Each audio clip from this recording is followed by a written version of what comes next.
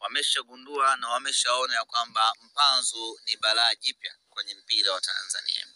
Wameshabaini ya kwamba mpanzu ni mtu hatari. Hiyo inawafanya wao waongeze kelele ya kupiga kuhusiana na mpanzu. Hilo la kwanza. La pili, wameanza kuzunguka kwenda kuulizia upatikanaji wa mpanzu. Wameshakwenda Kongo kwenda kuulizia bana huyu mpanzu vipi, na nadhani walikutana na wajanja wa Kongo wakawadanganya kwamba yupo kwa mkopo. Sasa sisi tunawatahadharisha tu kwamba wataibiwa fedha zao. Mpanzu ni mchezaji halali wa Simba Sports Club ambaye amesajiliwa kwa mkataba wa miaka 2.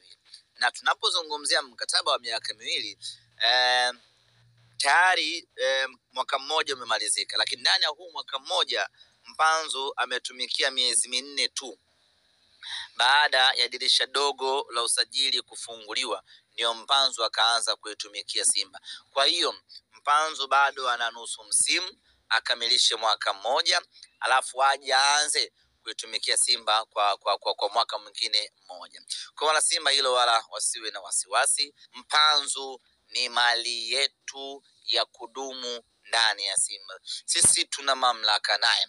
Tukiamua kumuuza, sisi ndio wenye uwezo wa kumuuza. Tukiamua baki, sisi ndio mwenye uwezo wa kubaki.